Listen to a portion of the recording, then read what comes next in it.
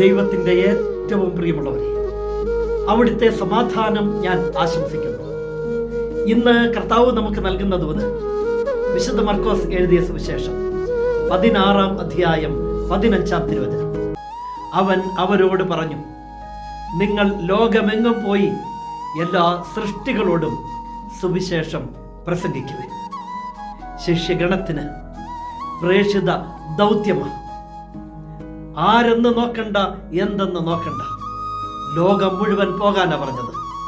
നിങ്ങൾ ലോകം മുഴുവനും പോയി എല്ലാ സൃഷ്ടികളോടും സുവിശേഷം പ്രസംഗിക്കണം. അത് വലിയ ഒരു ദൗത്യമാണ്, ഒരു കടമയാണ്. ഞാൻ സുവിശേഷം പ്രസംഗിക്കുന്നെങ്കിൽ എനിക്ക് അതിന് അഹങ്കാരത്തിനോ അഹംഭാവത്തിനോ യാതൊരു വകയുമില്ല.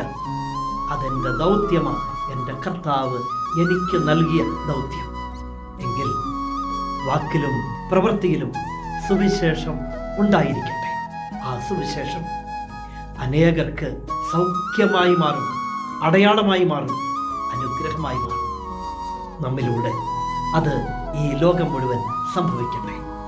കരുണാമയനായ ദൈവം നമ്മെ എല്ലാവരെയും സമൃദ്ധിയായി അനുഗ്രഹിക്കട്ടെ.